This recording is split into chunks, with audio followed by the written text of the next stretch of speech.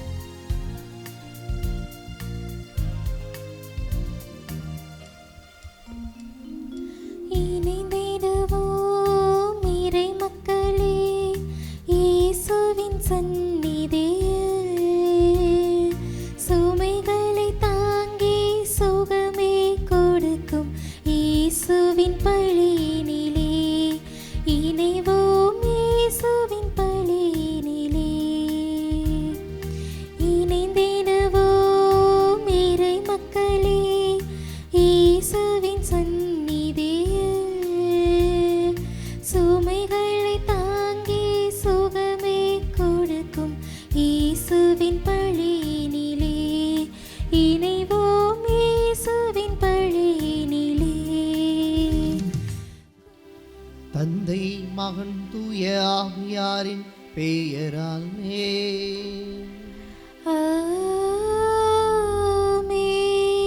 நம் ஆண்டவராகிய இயேசு கிறிஸ்துவின் அருளும் கடவுளின் அன்பும் தூய ஆவியாரின் தோழமையும் உங்கள் அனைவரோடும் இருப்பதாக. உம்மான்மாவோடும் இருப்பதாக. இறையேசுவில் இணைய சகோதர சகோதரிகளை, ஆண்டின் பொது காலம் 15வது ஞாயிற்றுக்கிழமையில் இறைவனுடைய பேரு அன்பை இந்த இணையதள திருப்பலியின் வழியாக சுவைக்க வந்திருக்கின்ற உங்கள் அனைவரையும் பெருமகிழ்வோடு வரவேற்கின்றேன். இறைவன் தனது முழுமையான அன்பை இரக்கத்தின் வடிவில் இந்த உலகிலே பறைசாற்றினார். பார்ப்போர் அனைவரும் பெற்றுக்கொள்ளும் வண்ணம் தன்னுடைய இரக்கத்தை பொழிந்தார். இன்றைய நாளினுடைய இறைவாக்குகள் அனைத்துமே இறைவனின் பெயர் இரக்கம் என்ற சிந்தனையில் இறைவன் எந்த அளவு நம் மீது இரக்கம் காட்டுகிறாரோ அதுபோல நாமும் மற்றவர் மீது இரக்கத்தை பொழிகின்ற, இரக்கத்தை காட்டுகின்ற மனிதர்களாக, இறை மக்களாக வாழ இத்திருப்பலியில் இணைந்து செபிப்போம். இறைவனுடைய மறுபெயர் இரக்கம் என்ற சிந்தனையில் இன்றைய நாள் முழுவதும் இறைவன் நமக்கு காட்டிய இரக்கத்துக்கு நன்றி சொல்வோம். நாமும் மற்றவருக்கு இரக்கம் காட்ட அருள் வேண்டி இத்திருப்பலியில் மன்றாடுவோம். சகோதர சகோதரிகளை, தூய மறை நிகழ்வுகளை கொண்டாட நாம் தகுதி பெறும் பொருட்டு நம் குற்றங்களை ஏற்றுக்கொள்வோம்.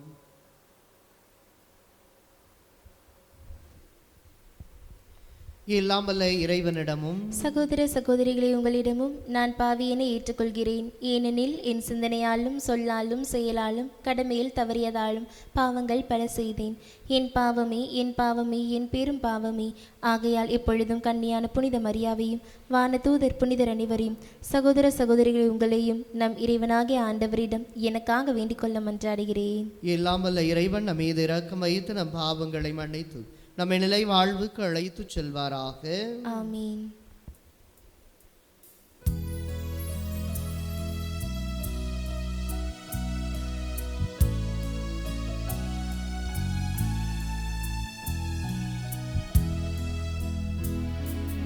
ஆண்டவரே இரக்கமாயிரும். ஆண்டவரே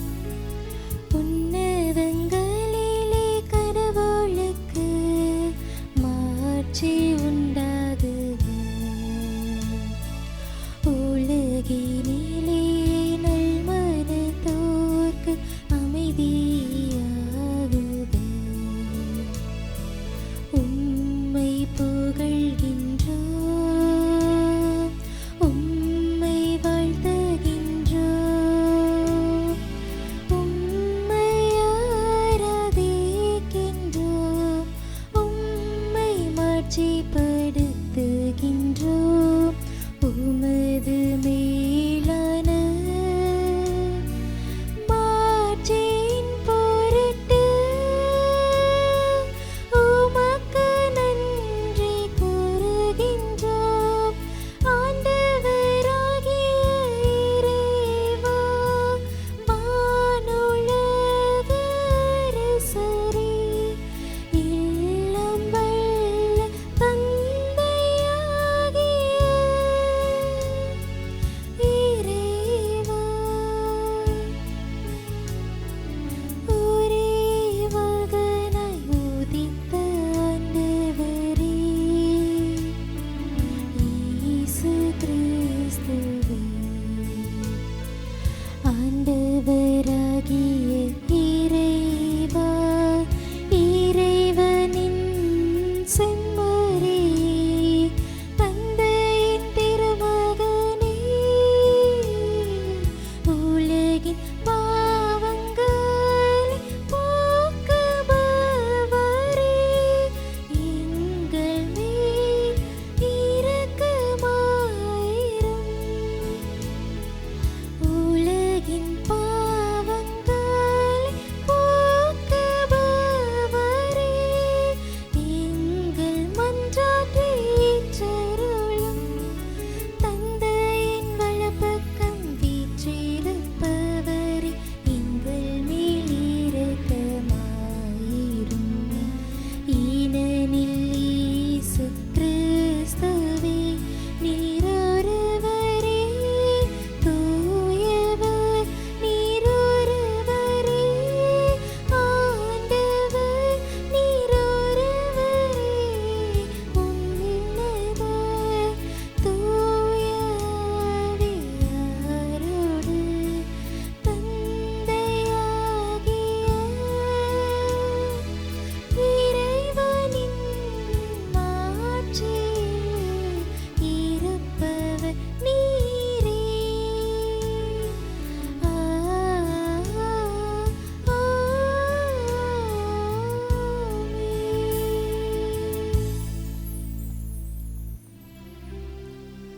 மன்றாடுவோமாக.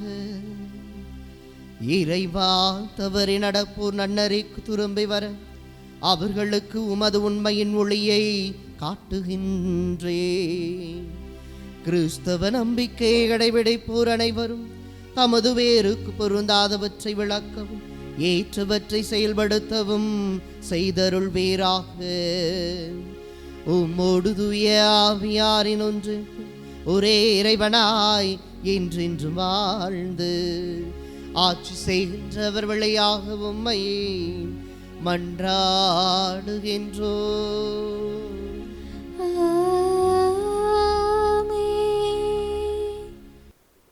முதல் வாசகம். நீ அதை நிறைவேற்றுமாறு வார்த்தை உனக்கு மிக அருகில் உள்ளது. இணைச்சட்ட நூலிலிருந்து வாசகம். பிரிவு 30, இறை சொற்றொடர்கள் 10 முதல் 14 முடிய. மோசே மக்களை நோக்கி கூறியது: உன் கடவுளாகிய ஆண்டவரின் குரலுக்கு செவிகொடு. சட்ட நூலில் எழுதப்பட்டுள்ள அவர்தம் கட்டளைகளையும் நியமங்களையும் கடைப்பிடி. உன் முழு இதயத்தோடு முழு உள்ளத்தோடும் உன் கடவுளாகிய ஆண்டவரிடம் திரும்பு. ஏனெனில் இன்று நான் உனக்கு கட்டளையிடும் இந்த கட்டளை உனக்கு புரியாதது இல்லை, உன்னிடமிருந்து வெகு தொலைவிலும் இல்லை. நாம் அதை கேட்டு நிறைவேற்றுமாறு நமக்காக யார் விண்ணகத்துக்கு போய் அதை கொண்டு வருவார் என்று நீ சொல்லாதவாறு அது விண்ணில் இல்லை. நாம் அதை கேட்டு நிறைவேற்றுமாறு நமக்காக யார் கடல் கடந்து சென்று அதை நம்மிடம் கொண்டு வருவார் என்று நீ சொல்லாதவாறு அது கடல்களுக்கு அப்பால் இல்லை. ஆனால் நீ அதை நிறைவேற்றுமாறு வார்த்தை உனக்கு மிக அருகில் உள்ளது, உன் வாயில் உன் இதயத்தில் உள்ளது. ஆண்டவரின் அருள்வாக்கு. இறைவனுக்கு நன்றி. திருப்பாடல் 69. நீங்கள் அனைவரும் பாட வேண்டிய பதிலுரை பாடலின் பல்லவி. கடவுளை நாடி தேடுவோரே, உங்கள் உள்ளம் ஊக்கம் அடைவதாக.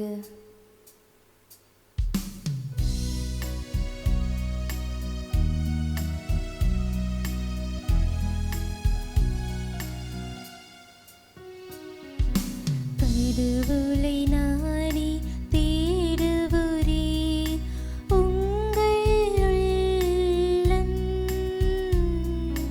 ஊக்கம் அடைவதாக. கடவுளை நாடி தேடுவோரே, உங்கள் உள்ளம் ஊக்கம் அடைவதாக. ஆண்டவரே, நான் தக்க காலத்தில் உம்மை நோக்கி விண்ணப்பம் செய்கின்றேன். கடவுளே, உமது பேரன்பின் பெருக்கினால் எனக்கு பதில் மொழி தாரும். துணை செய்வதில் நீர் மாறாதவர். ஆண்டவரே, எனக்கு பதில் மொழி தாரும். உம் பேரன்பு நன்மை உடையது. கடவுளை நாடி தேடுவோரே, உங்கள் உள்ளம் ஊக்கம் அடைவதாக.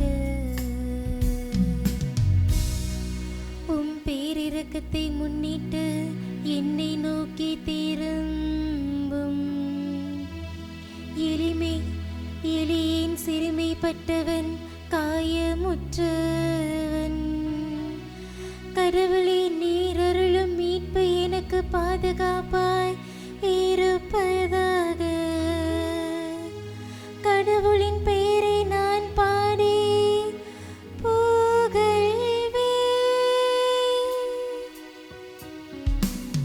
கடவுளை நாடி தேடுவோரே, உங்கள் உள்ளம் ஊக்கம் அடைவதாக. ஆண்டவருக்கு நன்றி செலுத்தி அவரை மாட்சிப்படுத்துவே. கடவுள் சீயோனுக்கு மீட்பளிப்பார், யூதாவின் நகர்களை கட்டி எழுப்புவார். ஆண்டவருடைய அடியாரின் மரபினர் அதை தம் உரிமை சொத்தாக்கிக் கொள்வர். அவரது பெயர் மீது அன்பு கூர்வோர் அதில் குடியிருப்பர். கடவுளை நாடி தேடுவோரே, உங்கள் உள்ளம் ஊக்கம் அடைவதாக. கடவுளை நாடி தேடுவோரே, உங்கள் உள்ளம் ஊக்கம் அடைவதாக. இரண்டாம் வாசகம். அனைத்தும் அவர் வழியாய் அவருக்காக படைக்கப்பட்டன. திருத்தூதர் பவுல் கொலோசியருக்கு எழுதிய திருமுகத்திலிருந்து வாசகம். அதிகாரம் 1, இறைத்திரு வசனங்கள் 15 20 முடிய. இயேசு கற்புலனாகாத கடவுளது சாயல். படைப்பு அனைத்திலும் தலைப்பேறு. ஏனெனில் விண்ணிலுள்ளவை மண்ணிலுள்ளவை, கற்புலனாகுபவை கற்புலனாகாதவை, அரியணையில் அமர்வோர், தலைமை தாங்குவோர், ஆட்சியாளர், அதிகாரம் கொண்டோர் ஆகிய அனைவரும் அவரால் படைக்கப்பட்டன. அனைத்தும் அவர் வழியாய் அவருக்காக படைக்கப்பட்டன. அனைத்துக்கும் முந்தியவர் அவரே. அனைத்தும் அவரோடு இணைந்து நிலை பெறுகின்றன. திருச்சபையாகிய உடலுக்கு தலையும் தொடக்கமும் அவரே. எல்லாவற்றிலும் முதன்மை பெறுமாறு இறந்து உயிர் தெழுவோருள் அவர் தலைப்பேறு ஆனவர். தம் முழு நிறைவும் அவருள் குடிக்கொள்ள கடவுள் திருவுளம் கொண்டார். திருச்சிலுவையில் இயேசு சிந்திய இரத்தத்தால் அமைதியை நிலைநாட்டவும் விண்ணிலுள்ளவை மண்ணிலுள்ளவை அனைத்தையும் அவர் வழி தம்மோடு ஒப்புரவாக்கவும் கடவுள் திருவுளம் கொண்டார். இது ஆண்டவரின் அருள்வாக்கு. இறைவனுக்கு நன்றி.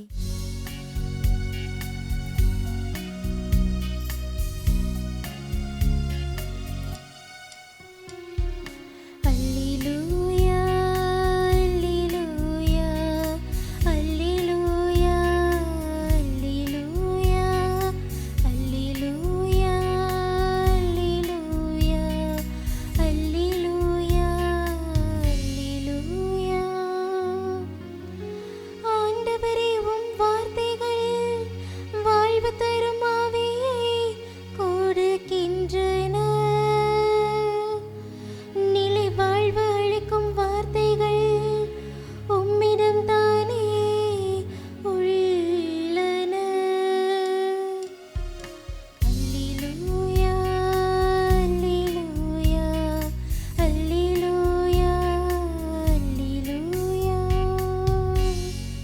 ஆண்டவர் உங்களோடு இருப்பாராக. உம்மான்மாவோடும் இருப்பாராக. லூக்கா எழுதிய தூய நற்செய்தியிலிருந்து வாசகம். ஆண்டவரே மாட்சி உமக்கே. பிரிவு 10 இறை வார்த்தைகள் 25 தொடங்கி 37 முடிய. அக்காலத்தில் திருச்சட்ட அறிஞர் ஒருவர் எழுந்து இயேசுவை சோதிக்கும் நோக்குடன், போதகரே, நிலைவாழ்வை உரிமையாக்கிக் கொள்ள நான் என்ன செய்ய வேண்டும் என்று கேட்டார். அதற்கு இயேசு, திருச்சட்ட நூலில் என்ன எழுதி இருக்கிறது, அதில் நீ என்ன வாசிக்கிறீர் என்று அவரிடம் கேட்டார். அவர் மறுமொழியாக, உன் முழு இதயத்தோடும் முழு உள்ளத்தோடும் முழு ஆற்றலோடும் முழு மனதோடும் உன் கடவுளாகிய ஆண்டவரிடம் அன்பு கூர்வாயாக. உன் மீது நீ அன்பு கூறுவது போல் உனக்கு அடுத்திருப்பவர் மீதும் அன்பு கூர்வாயாக என்று எழுதியுள்ளது என்றார்.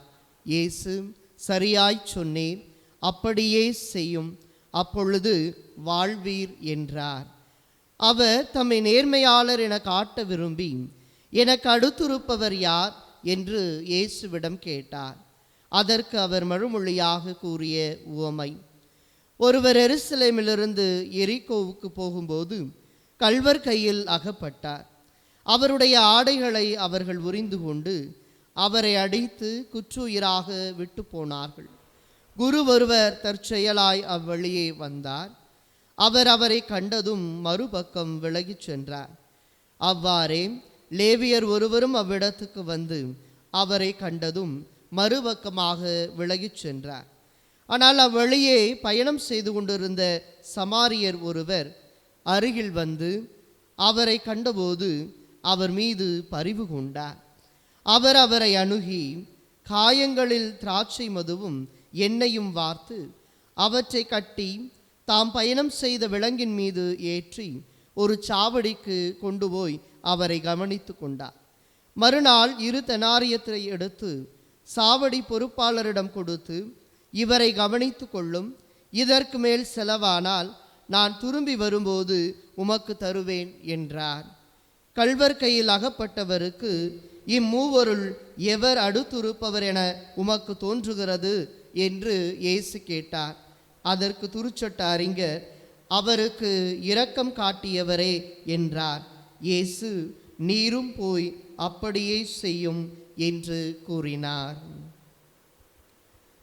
ஆண்டவரின் அருள்வாக்கு.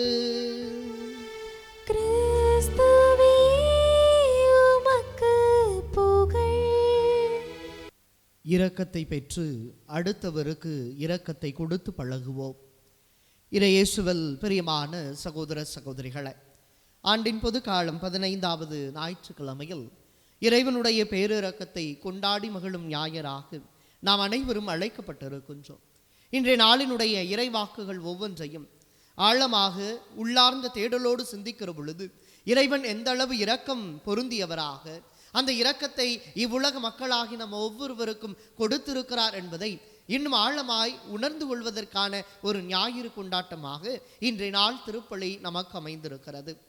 அன்பார்ந்தவர்களை, 2015ஆம் ஆண்டு தொடங்கி 2016ஆம் ஆண்டு வரை நம்முடைய மறைந்த திருத்தந்தை பிரான்சிஸ் அவர்கள் இரக்கத்தின் ஆண்டாக கொண்டாட நம்மை அழைத்தார். இன்னும் குறிப்பாக சொல்ல வேண்டும் என்றால் 2015ஆம் ஆண்டு டிசம்பர் மாதம் 8ஆம் தேதி தொடங்கி நவம்பர் மாதம் 20ஆம் தேதி 2016ஆம் ஆண்டிலே அந்த இரக்கத்தின் ஆண்டை இந்த அகில உலகம் முழுவதுமாக கொண்டாடி மகிழ வேண்டும், ஒவ்வொருவரும் இரக்கத்தின் தூதுவர்களாக மாற்றப்பட வேண்டும் என்கிற இறை சிந்தனையோடு எக்ஸ்ட்ராடினரி ஜூப்ளி இயரை அவர் உருவாக்கி கடவுளின் பேரிரக்கத்தின் பாதையை, புனித கதவுகளை திறந்து வைத்து நமக்காக சொல்லிக் கொடுத்தார். அதன்படி வாழவும் அவர் செய்தார் என்று பார்க்கிறோம். எனவே திருத்தந்தை பிரான்சிஸ் அவர்களுடைய வாழ்வு என்று சொன்னால் அவருடைய மறைவை ஒட்டிய நிகழ்வுகளை எல்லாம் சிந்திக்கிற பொழுது இரக்கத்தின் தூதுவராக மட்டுமல்ல, இரக்கத்தின் ஒட்டுமொத்த அடையாளமாக இறைவனின் சாயலாக தன்னை கொடுத்தவர் என்று சொன்னால் அது மிகையாகாது. எனவே அவருடைய சொல், செயல், எண்ணம், எதிர்பார்ப்பு, இந்த துராவையின் மீது கொண்டிருந்த கரிசனை, இவை எல்லாமே இரக்கத்தின் அடிப்படையில் உருவான செயல்பாடுகள் என்று சொன்னால் அது நம் எல்லோராலும் ஏற்றுக்கொள்ளப்படுகிற ஒன்றாக இருக்கிறது. அப்படி என்றால் இந்த இரக்கம் என்பது என்ன? இந்த இரக்கத்தினுடைய பார்வைகள் எப்படி அமைய வேண்டும்? இந்த இரக்கத்தினுடைய தன்மைகளை எல்லாம் எப்படி ஒருவர் உள்வாங்கிக் கொள்ள முடியும் என்று சொன்னால் இன்றைய நாளினுடைய இறைவாக்குகளை சற்று ஆழ சிந்திக்க வேண்டும். இன்றைய முதல் வாசகத்தில் பார்க்கிறோம், இணைச்சட்ட புத்தகத்திலே வருகிற அந்த பகுதி முழுமையாக எங்கே ஆரம்பிக்கிறது என்று சொன்னால் இணைச்சட்ட புத்தகத்திலே 6ஆம் அதிகாரத்திலே 5வது இறைவார்த்தையை சற்று நாம் வாசித்து பார்க்க வேண்டும். முழு இதயத்தோடு, முழு ஆற்றலோடு, முழு வெள்ளத்தோடு உன் கடவுளாகிய ஆண்டவரை அன்பு செய்வாயாக. ஆக உன்னை படைத்து பராமரித்து வழிநடத்துகிற அந்த இறைவனை அன்பு செய்கிற பொழுதுதான் அந்த இறைவனினுடைய பேரிரக்கத்தை நாம் கண்டு மகிழ முடியும் என்பதைத்தான் இன்றைய முதல் வாசகம் விவரித்து நமக்கு கூறுகிறது. எனவேதான் அன்பு என்பது அடிப்படையில் இருக்க வேண்டும். அந்த அன்பின் செயல்கள் தான் ஒருவரை இரக்கச் செயல்களை நோக்கி உந்தி தள்ளுகிறது. அந்த இரக்கச் செயல் நாம அல்ல, அது கடவுளால் நமக்கு கொடுக்கப்படுகிறது என்று இதைத்தான் செக்கரியா நூலிலே 4ஆம் அதிகாரம் 6வது இறை வார்த்தையில் நாம் பார்க்கிறோம். உனது ஆற்றலாலும் அல்ல, வலிமையாலும் அல்ல, ஆனால் எனது ஆவியாலே ஆகும் என்கிறார் படைகளின் ஆண்டவர். இந்த இரக்கச் செயல்களை இவ்வுலகில் நாம் பறைசாற்ற வேண்டும் என்று சொன்னார். இந்த இரக்கச் செயல்களை நாம் இந்த உலகிலே கண்டு அனுபவித்து அதை மற்றவருக்கு கொண்டு சேர்க்க வேண்டும் என்று சொன்னால் இது நம்முடைய செயலால், நம்முடைய எண்ணத்தால், நம்முடைய திறமையால், நாம் கொண்டிருக்கிற இவ்வுலக செல்வத்தால் ஒரு நாளும் நாம் செய்து விட முடியாது. மாறாக அது ஆவியின் ஊற்றால் நிரப்பப்பட வேண்டும். சிலரை நம்ம பார்க்கும்போது சொல்லுவோம்ல, மனுஷன்னா இவனை மாதிரி இருக்கணும்பா அப்படின்னு. எப்படி என்று சொன்னால் அவர் இயல்பிலே அப்படி இருப்பார். அவருடைய சொல் நலமாக இருக்கும், அவருடைய செயல் போற்றத்தக்கதாக இருக்கும், அவருடைய திறந்த மனது எல்லோரையும் அரவணைக்கக்கூடியதாக இருக்கும், அவர் பரந்தப்பட்ட உள்ளத்தோடு எல்லோரையும் அன்பு செய்யக்கூடியவராக இருப்பார். எனவே தான் இது தானாக வந்து விடாது, அது இயல்பாக இருக்க வேண்டும். அது இறைவனின் இயல்பாக நமக்குள் கொடுக்கப்பட்டிருக்கிறது என்பது உண்மை. ஏனென்றால் தொடக்க நூலிலே 1ஆம் அதிகாரம் 26, 27 கடவுள் இந்த மானிடரை படைக்கிற பொழுது தம் உருவிலும் சாயலிலும் படைக்கிறார். ஆக கடவுள் தன்னுடைய உருவிலும் சாயலிலும் படைக்கிறார் என்று சொன்னால் அவர் இறை இயல்பு என்பது நமக்குள் இருந்தது. அந்த இறை இயல்பு என்பது ஒவ்வொரு திருமுழுக்கு பெற்ற கத்தோலிக்க கிறிஸ்தவர்களுக்கும் கொடுக்கப்பட்டிருக்கிறது. ஆனால் ஏன் அது மறைந்து போனது? ஏன் அது நம்மை விட்டு விலகி போனது என்று சொன்னால் அன்றைய நாளில் நம்முடைய தொடக்க பெற்றோர் செய்த அதே பாவத்தை நாம் திருமுழுக்கில் பெற்ற இறையருளை இழந்து நிற்கின்றோம். எனவேதான் தொடக்க நூலிலே நாம் பார்க்கிறோம் 3ஆம் அதிகாரம் 9வது இறை வார்த்தையில கடவுள் ஆதாம் நீ எங்கே இருக்கிறார் என்ற கேள்வியை கேட்கிறார். ஆதாம் எங்கே இருப்பார் என்பது கடவுளுக்கு தெரியும். அவர் ஏதேன் தோட்டத்தில் தான் இருக்கிறார் என்பது கடவுளுக்கு தெரியும். ஆதாம் நீ எங்கே இருக்கிறாய்? அவர் ஆதாம் எங்கே இருக்கிறாய் என்று கேட்கிற பொழுதே கடவுளுக்கு அவர் என்ன செய்தார் என்பதும் தெரியும், அவர் எப்படிப்பட்ட நிலையில் இருக்கிறார் என்பதும் தெரியும். ஆனால் ஏன் இந்த கேள்வியை கடவுள் கேட்கிறார் என்றால், நான் உன்மீது காட்டிய இரக்க பேரின்பத்தை நீ இழந்து நிற்கிறாயே, அது உனக்கு தெரிகிறதா என்பதுதான் கடவுளுடைய முதல் கேள்வியாக விவிலியத்தில் பார்க்கிறோம். பிரியமானவர்களே, நாம் நம்முடைய வாழ்க்கையை ஏதோ திருப்பலிக்கு வந்தோம், ஜெபமாலை சொன்னோம், நற்கருணை ஆசீர்வாதத்தில் இணைந்தோம், நாக்கை நீட்டி நன்மை வாங்கி நாலாபுரமும் 4 செய்தியை பேசிவிட்டு கடந்து போனோம் என்பதல்ல நம்முடைய கத்தோலிக்க கிறிஸ்தவ வாழ்வு. மாறாக கடவுள் என்னிடத்தில் என்ன எதிர்பார்க்கிறாரோ அதை நிறைவேற்றுவதுதான் நாம் கொண்டிருக்க வேண்டிய கத்தோலிக்க நம்பிக்கை வாழ்வு என்று பார்க்கிறோம். நாம் ஒவ்வொரு நாள் ஞாயிறு திருப்பலியிலும் என்ன அறிக்கை இடுகிறோம்? நம்பிக்கை அறிக்கிறோம். கடவுளை நம்புகிறேன், இயேசுவை நம்புகிறேன், தூய ஆவியாரை நம்புகிறேன், அன்னை கன்னிமரியாவை நம்புகிறேன், எல்லாவற்றையும் நம்புகிறேன் என்று சொல்லுகிறோமே. இந்த நம்பிக்கை அறிக்கை தான் நாம் நலமாக வாழ்வதற்கான இரக்கத்தின் பாதையை உருவாக்கி கொடுக்கிறது. ஆனால் அதை மனதார உள்ளார்ந்த ஒரு உறுதிப்பாட்டோடு சொன்னோம் என்றால் நாம் இரக்கத்தை பெறுகிறோம். ஆனால் நாம் அப்படி செய்வதில்லை. வாடிக்கையாக வேடிக்கையாக பல நேரங்களில் நம்முடைய கத்தோலிக்க துறவையினுடைய எல்லா படிப்பனைகளையும் நாம் அணுகுவதால், நம்முடைய சடங்குகளை எல்லாம், நம்முடைய வழிபாட்டு முறைகளை எல்லாம் இவ்வுலக காட்சி பொருளாக மாற்றுவதால் தான் கடவுளுடைய இரக்கத்தை சுவைக்க முடியாத மக்களாக நாம் இருக்கிறோம். ஆனால் இன்றைய நற்செய்தியில் பாருங்கள், இயேசு மிக அழகாய் சொல்லுகிறார், அவர் இரக்கம் காட்டியது போல நீயும் இரக்கம் காட்டு. பிரியமானவர்களை, நாம் சிந்தித்து பார்க்க வேண்டும். இன்றைய நாளிலே திருச்சட்ட அறிஞர் ஒருவர் இயேசுவிடத்தில் வந்து, நான் நிலைவாழ்வை பெற்றுக்கொள்வதற்கு என்ன செய்ய வேண்டும்? ஒருவர் நலமாக வாழ்வதற்கு எப்படிப்பட்ட வாழ்க்கை முறையை தேர்ந்தெடுக்க வேண்டும் என்று கேள்வி எழுப்புகிற பொழுது அவர் இன்றைய முதல் வாசகத்தோடு இளையோடிய சிந்தனையான அன்பு செய்தலை பற்றி சொல்லுகிறார். அது இளம் வயது முதல் நான் கடைபிடித்து வருகிறேனே, ஆக எல்லாவற்றையும் நான் கடைபிடித்து வருகிறேன் என்று சொல்லுகிற பொழுது, அன்பார்ந்தவர்களே, இன்று சற்று கடந்து வருகிறார் இயேசு. எப்படி என்றால், உனக்கு அடுத்திருப்பவர் அவரையும் அன்பு செய். ஆக அடுத்திருப்பவர் யார் என்ற இன்னொரு கேள்வியும் அவன் கேட்கிறார். அப்படி கேட்கிற பொழுதுதான் இந்த உவமையை சொல்லுகிறார். எல்லோருக்கும் தெரிந்த, புரிந்த, பழக்கப்பட்ட, பல நேரங்களில் மேடை காட்சிகளுக்காக அல்லது நாடக காட்சிகளுக்காக மறைக்கல்வி மன்றத்தில் நடைபெறுகிற அந்த பரிசு போட்டிக்கான ஒரு செயலாக, உவமையாக இந்த நல்ல சமாரித்தன் உவமையை எடுக்கிறோம். நீங்களாம் பார்த்தீங்கன்னா தெரியும், இந்த மறைக்கல்வி வகுப்புக்கு தயாரிக்கும் பொழுது அல்லது மறைக்கல்வி மன்றத்தினர் வைக்கிற அந்த பயிற்சியிலலாம் பார்த்தீங்கன்னா முதல் நாடகம் எது வரும்னா அந்த நல்ல சமாரித்தன் நாடகம் தான் வரும். கழுதையா ஒருத்தர் நடிப்பார், அதில் சமாரியரா ஒருத்தர் இருப்பார், லேவியரா ஒருத்தர் இருப்பார், குருவா ஒருத்தர் இருப்பார், கல்வர்கள் 4 பேர் இருப்பாங்க, அடிபட்ட ஒருத்தர் அந்த கழுதை மேலே படுத்திருப்பான். அவ்வளோதான். இப்படித்தான் அந்த நாடகம் அமைந்திருக்கிறது. இந்த நாடகத்தை பார்த்து பார்த்து பார்த்து நம்முடைய வாழ்க்கை நலமாக இல்லை என்பதை நாம் மறந்து விட்டோம் என்பதுதான் உண்மை. காரணம், இன்றைய நாளினுடைய அந்த நற்செய்தியை நீங்கள் வீட்டிற்கு சென்ற பொழுது, அதாவது வீட்டில் இந்த திருப்பலியை பார்த்து முடித்த பின்பு மீண்டும் ஒரு தடவை வாசித்து பாருங்கள். எந்த அளவு, அதாவது இயேசுவை பொறுத்தவரை இஸ் வெரி டிப்ளமேட்டிக். அவர் எந்த அளவு அந்த உவமையின் வழியாக நம் மக்களுடைய மனங்களை தொட விரும்புகிறார் என்று சொன்னால், அந்த கல்வர்கள் இருக்கிறார்கள் அல்லவா, அதில் நான் ஒருவனா சிந்திப்போம். அல்லது அந்த வழியாக வருகிற பொழுது எரிகோவிலிருந்து, அதாவது எருசலேம் எரிகோ, இந்த இடைப்பட்ட தூரங்களுக்கு இடையிலே அடிபட்ட அந்த மனிதனா நான் என்று கேள்வி கேட்டு பார்ப்போம். அல்லது அந்த வழியாக அடிபட்டு கிடந்த அந்த மனிதனை பார்க்க இயலாத விலகி சென்ற குருவா நான் என்று சிந்தித்து பார்ப்போம். அல்லது அந்த லேவியரில் ஒருவனாக நான் இருக்கிறேனா என்று சிந்தித்து பார்ப்போம். அல்லது கடைசியாக வருகிற இந்த சமாரியரா என்று நாம் சிந்தித்து பார்ப்போம். பல நேரங்களில் நாம் இந்த குரு, லேவி என்று சொல்லி முத்துரை குத்தி விடுவோம். இவங்களுக்கு என்ன வேலை இருக்கு?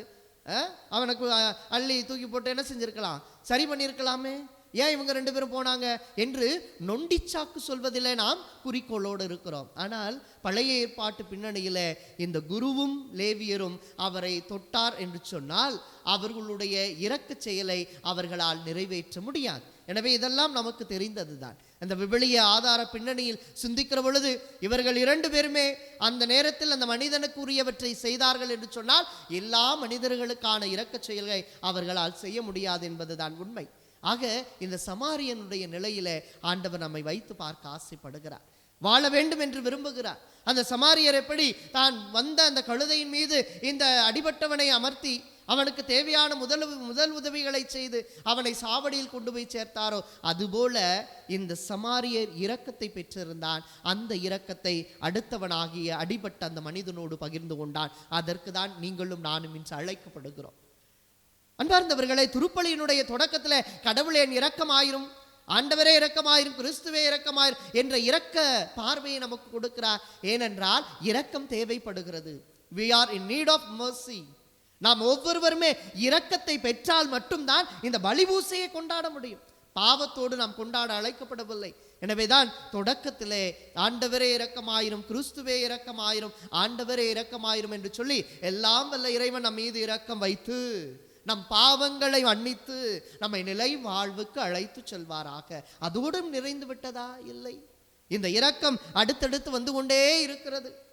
ஆண்டவரே தீமை அனைத்திலிருந்தும் எங்களை விடுவித்து என்று சமாதானத்திற்கு முன்பாக, அமைதிக்கு முன்பாகவும் கடவுள் இரக்கத்தை பொழியக்கூடியவராக இருக்கிறார். ஆண்டவராகிய இயேசு கிறிஸ்துவே, உமது இறப்பினாலும் உயிர்ப்பினாலும் எல்லா இரக்கத்தையும் எங்கள் மீது பொழிவீராக என்று நாம் அன்றாடுகிறோம் என்று சொன்னால் அத்தகைய இரக்க செயலை இன்றைய நாள் கற்றுக்கொள்ள அழைக்கப்படுகின்றோம். எப்படி லூக்கா நற்செய்தி 6ஆம் அதிகாரம் 36வது இறைவார்த்தையில் பார்ப்பது போல, உங்கள் விண்ணக தந்தை இரக்கமுள்ளவராய் இருப்பது போல நீங்களும் இரக்கமுள்ளவராயிருங்கள்.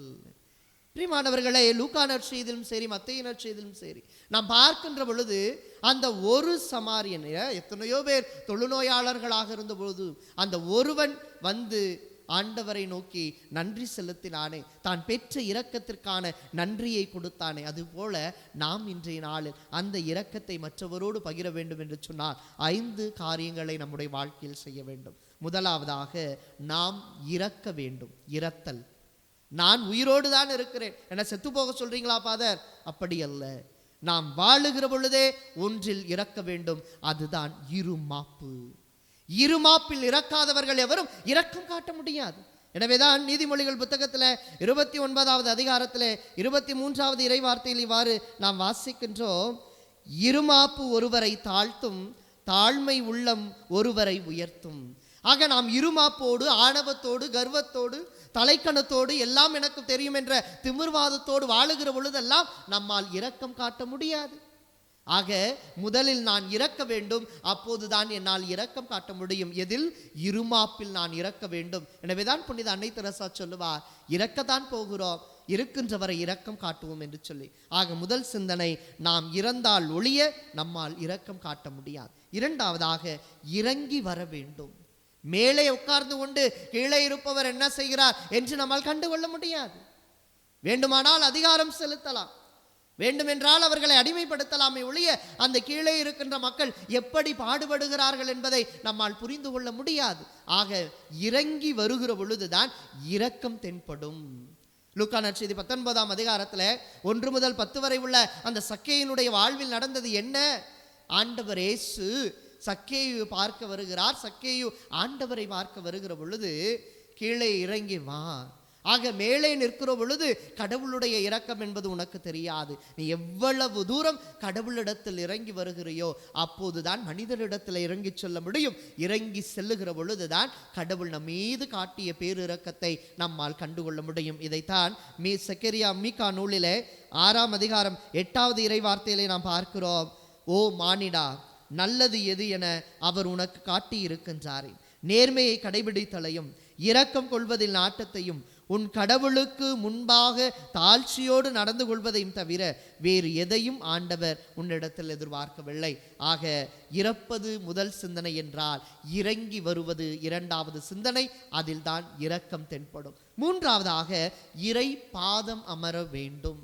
நாம் எப்பொழுது இறைவனுடைய பாதத்தில் அமர கற்றுக்கொள்ளுகிறோமோ, எப்பொழுது இறைவனுடைய சன்னிதானத்தில் என்னை முழுமையாக அர்ப்பணிக்க ஆரம்பிக்கின்றனோ, அப்பொழுது என் கடவுளுடைய இரக்கம் என் மீது இருக்கிறது என்பதை என்னால் புரிந்து கொள்ள முடியும். அதை நான் மற்றவருக்கும் கொண்டு போய் சேர்க்க முடியும் என்பது இந்த சிந்தனை. இதைத்தான் அன்புக்குரியவர்களே, மத்தேயு நற்செய்தியில் 28ஆம் அதிகாரம் 20வது இறை வார்த்தையில, இதோ உலகம் முடியும் வரை என்னாலும் உங்களோடு நான் இருக்கிறேன். எனவே நீங்கள் எல்லாரும் என்ன செய்யுங்கள்? மற்றவருக்கு அந்த நற்செய்தியை கொண்டு போய் சேருங்கள்.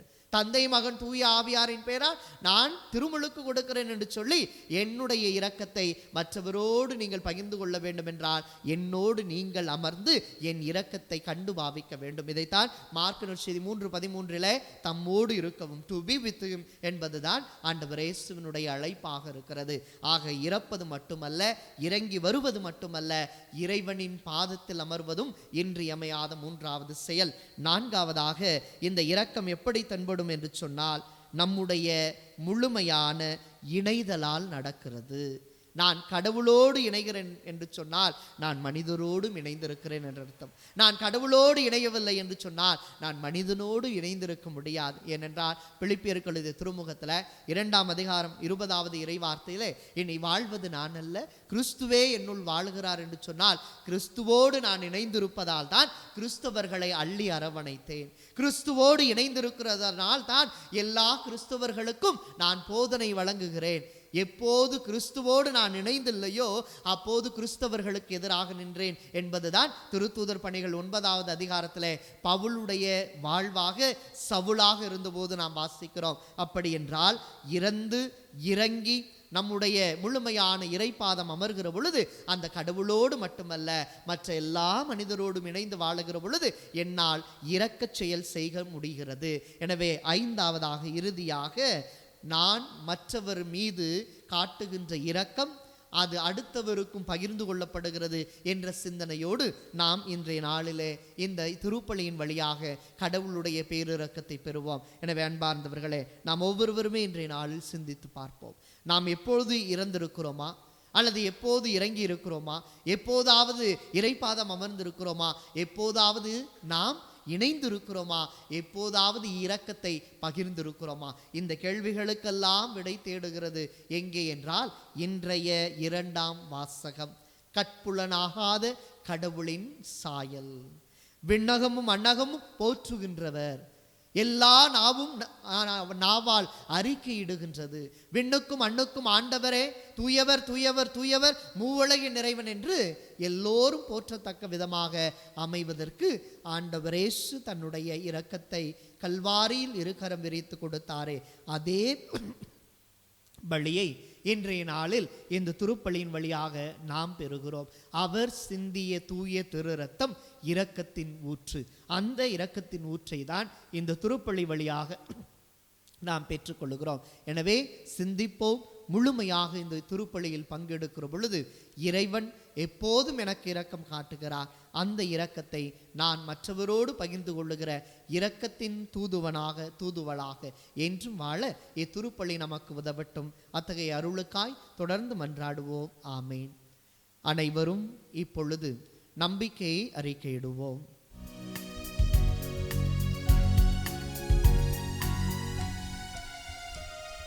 விண்ணையும் மண்ணையும் படைத்தவராய் கடவுள் ஒருவர் இருக்கின்றார். தந்தை மகன் தூய ஆவியராய் ஒன்றாய் வாழ்வோரை நம்புகிறேன்.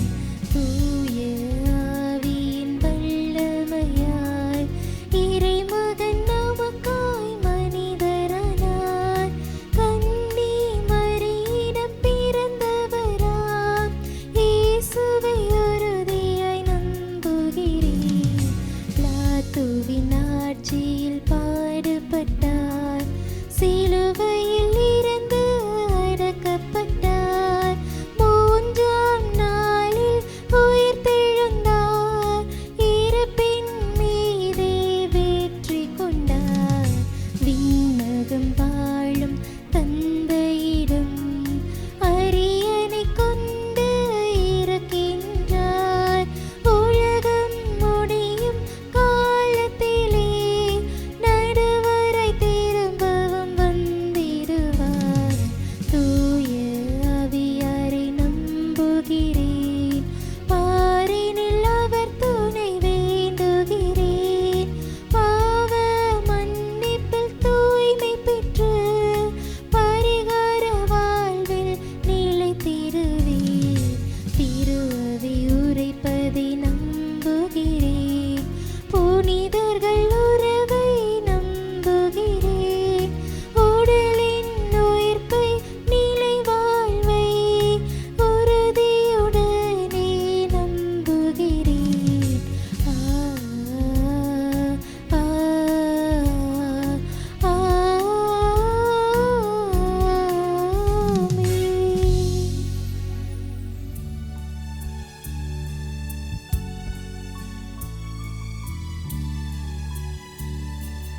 இதயம் என்னும் வீணையில் அன்பை மீட்டும் வேளையில், இதயம் என்னும் வீணையில் அன்பை மீட்டும் வேளையில், வசந்த ராகம் கேட்கவே ஏழை என்னில் வாருமே.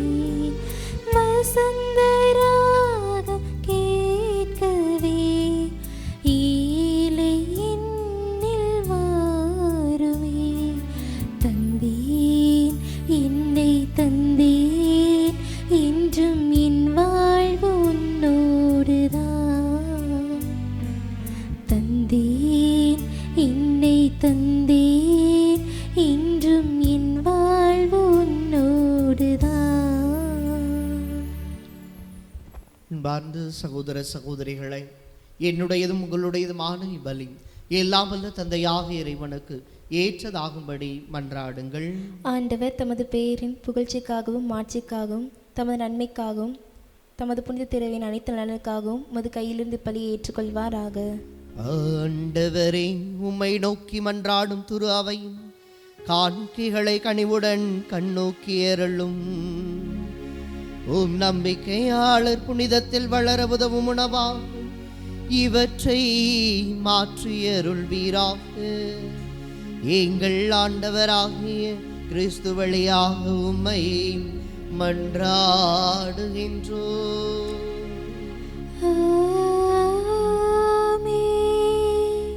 ஆண்டவர் உங்களோடு இருப்பாராக.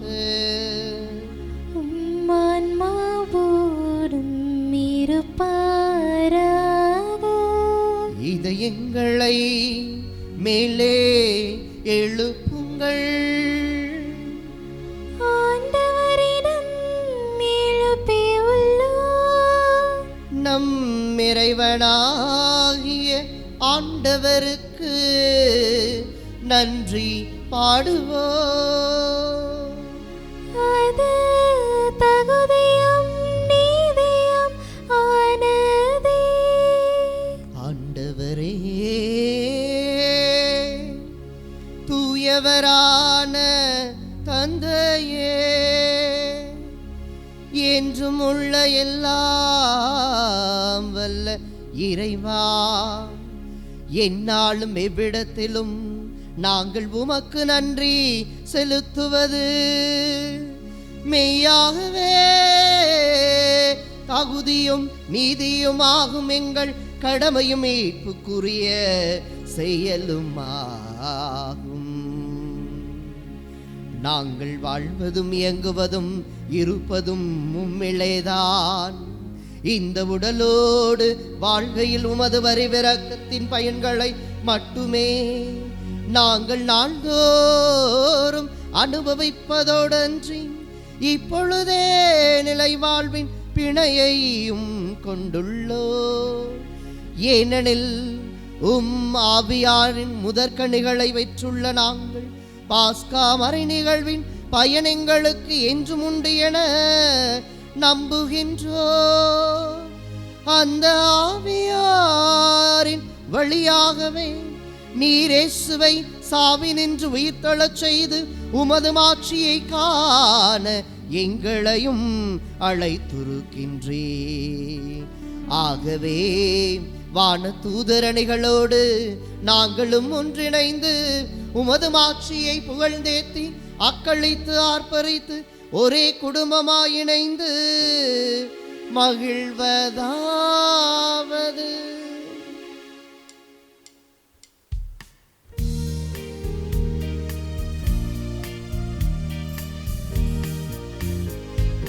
தூயவர் தூயவர் தூயவர் வான்படைகளின் கடவுளம் ஆண்டவர். விண்ணகமும் மண்ணகமும் உமது மாட்சியால் நிறைந்துள்ளன. உன்னதங்களிலே ஓசன்னா, உன்னதங்களிலே ஓசன்னா. ஆண்டவர் பெயரால் வருகிறவர் ஆசி பெற்றவர். உன்னதங்களிலே ஓசன்னா, உன்னதங்களிலே ஓசன்னா. ஓசன்னா ஓசன்னா ஓசன்னா. ஆண்டவரே, நீர் மெய்யாகவே தூயவர், தூய்மை அனைத்துக்கும் ஊற்று. ஆகவே உம்முடைய ஆவியை பொழிந்து இக்காணிக்கைகளை தூய்மைப்படுத்த உம்மை வேண்டுகின்றோம். இவ்வாறு எங்கள் ஆண்டவர் இயேசு கிறிஸ்துவின் உடலும் இரத்தமுமாக எங்களுக்கு இவை மாறுவனவாக. அவர் பாடுபட உள்ளம் கணிந்து தம்மை கையளித்த போது அப்பத்தை எடுத்து நன்றி செலுத்தி தம் சீடருக்கு அளித்து கூறியதாவது,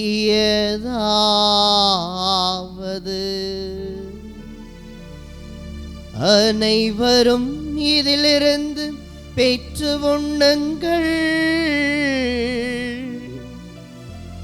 ஏனெனில் இது உங்களுக்காக கையளிக்கப்படும் என் உடல்.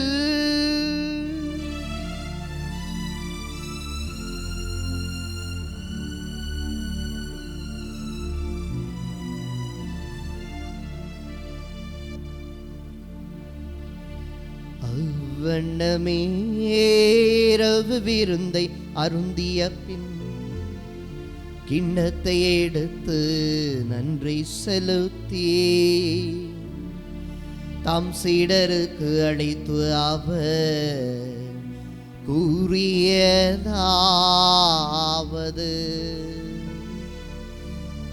அனைவரும் இதிலிருந்து பெற்று பருகுங்கள், ஏனெனில் இது புதிய நிலையான உடன்படிக்கைக்குரிய என் இரத்தத்தின் கிண்ணம். இது பாவ மன்னிப்புக்கென்று உங்களுக்காகவும் பலருக்காகவும் சிந்தப்படும்.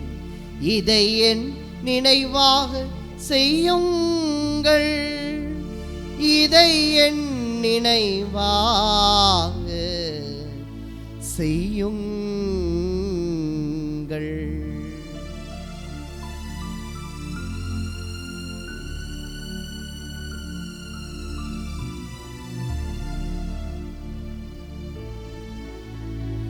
நம்பிக்கையின் மறை பொருள். ஆண்டவரே, நீர் வருமளவும் உமது இறப்பினை அறிக்கையிடுகின்றோம், உமது உயிர்ப்பினையும் எடுத்துரைக்கின்றோம். ஆகவே ஆண்டவரே, நாங்கள் கிறிஸ்துவின் இறப்பினை மீட்பினும் நினைவு கூர்ந்து வாழ்வதரும் அப்பத்தை மீட்பளிக்கும் கண்ணத்தையும் உமக்கு ஒப்பு கொடுக்கின்றோம். உம் திருமண என்று உமக்கு ஊழியம் புரிய தகுந்தவர்களை நீங்களை ஏற்றுக்கொண்டீர், எனவே உமக்கு நன்றி செலுத்துகின்றோம். மேலும் கிறிஸ்துவின் உடலிலும் இரத்தத்திலும் பங்கு கொள்ளும் எங்களை தூய ஆவியார் ஒன்று சேர்க்க வேண்டுமென உம்மை தாழ்மையுடன் மன்றாடுகின்றோம். ஆண்டவரை, உலகெங்கும் பரவியிருக்கும் உமது திரு அவையை நினைவு கூர்ந்தருளும். எங்கள் திருத்தந்தை லியோ, எங்கள் ஆயர் ஆரோக்கியராஜ், எல்லா திருநிலையினர் ஆகிய அனைவரோடும் உமது திரு அவை அன்பில் நிறைவு பெறச் செய்தருளும். தந்தையே, உயிர்த்தெழுமது நோக்குடன் செயல் கொள்ளும் எங்கள் சகோதர சகோதரிகளையும் இறந்தோர் அனைவரையும் இரக்கத்துடன் நினைவு கூர்ந்து உமது திருமுக ஒளியினுள் ஏற்றருளும். எங்கள் அனைவர் மீதும் இரக்கமாயிரும். கடவுளின் கன்னி தாயான புனித மரியா, அவருடைய கணவரான புனித யோசேப்பு, புனித திருத்தூதர்கள், இவ்வுலகில் உமக்கு உகந்தவராயிருந்தோர் ஆகிய புனிதர் அனைவருடனும் நாங்கள் நிலை வாழ்வில் பங்கு கொள்ளும் தகுதி பெற்று ஓம் திருமகன் இயேசு கிறிஸ்து வழியாகும் உம்மை புகழ்ந்தேத்தும் வரமருள உம்மை மன்றாடுகின்றோம். இவர் வழியாக இவரோடு இவரில் எல்லாம் வல்ல இறைவனாகிய தந்தையே, தூய ஆவியாரின் ஒன்று எல்லா புகழும் ஆட்சி என்றென்றும் உமக்கு உரியதே.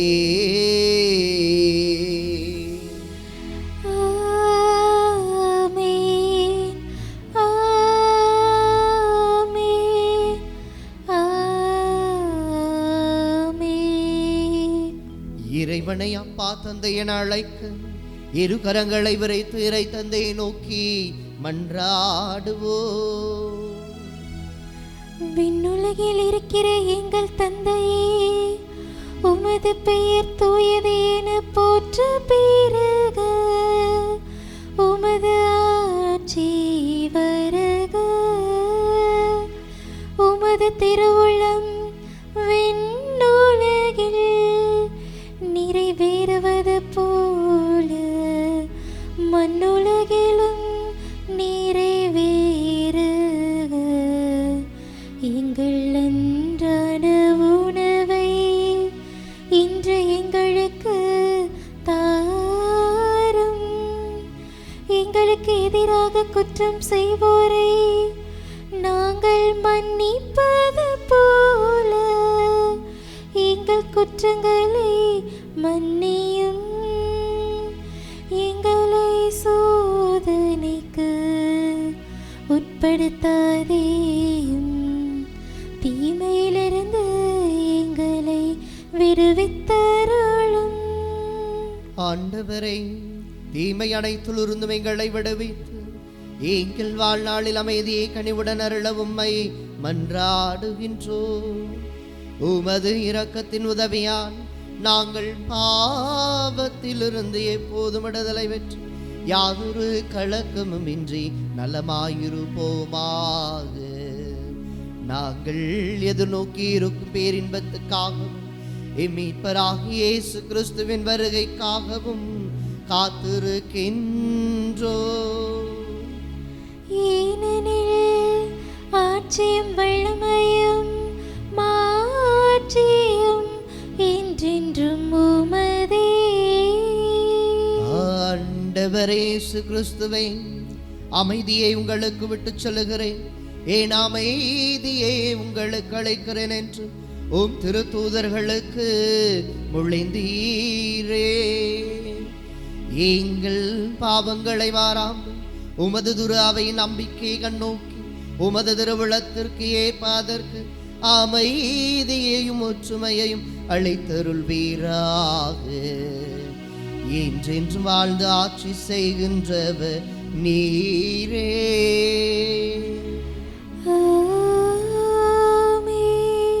ஆண்டவருடைய அமைதி உங்களோடு என்றும் இருப்பதாக. உம் ஆன்மாவோடும் இருப்பதாக. ஒருவருக்கொருவர் உறவின் வாழ்த்தை அறிவித்து மகிழ்வோம்.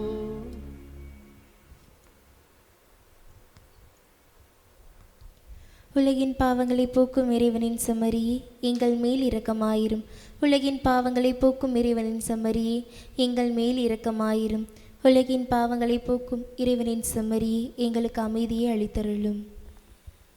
இதோ இறைவனின் செம்மறி, இதோ உலகின் பாவங்களை போக்குவதற்காக வந்தவர்.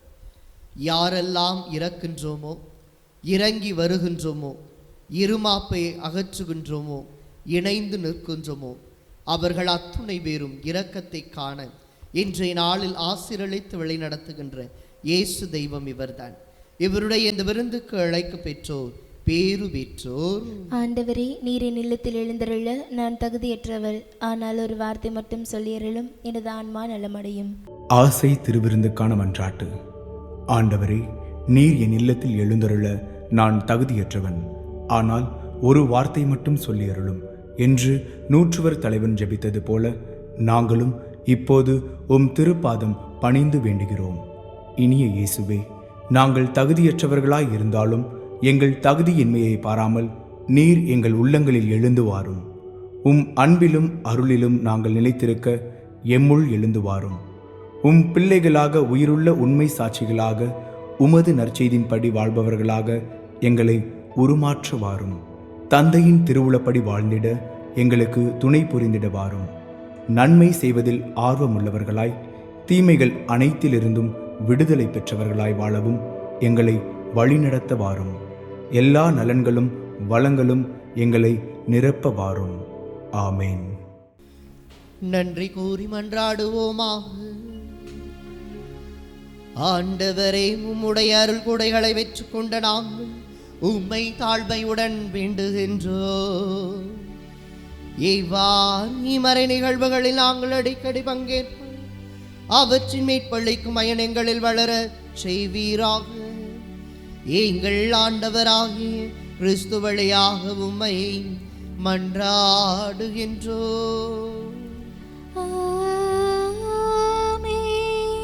ஆண்டவர் உங்களோடு இருப்பாராக.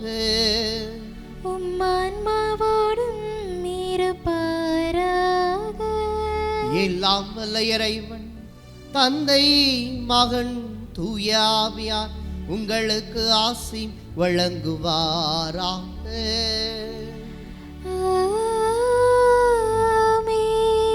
இரக்கத்தின் தூதுவர்களாக என்று வாழ்ந்திட சென்று வாருங்கள். திருப்பலி நிறைவேறிற்று. இறைவனுக்கு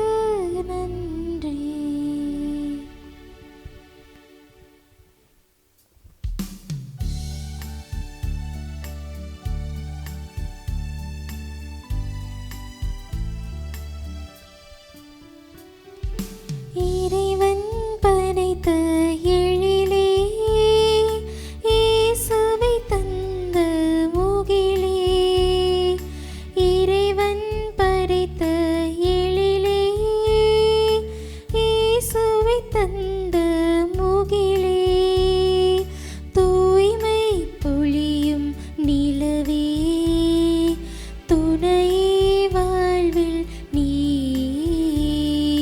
அம்மா உந்தன் அன்பினிலே அருள்வாய் எமக்கு அடைக்கலமே.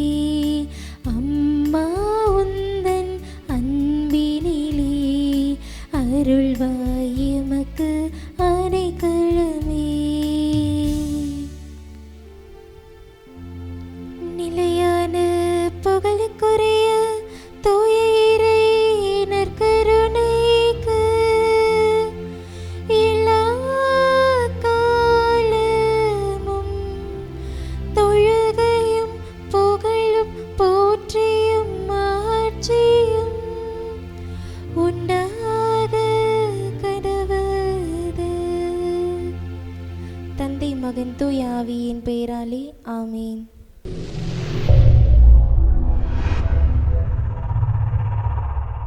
Subscribe to KC Trichy YouTube channel. Like, share and comment.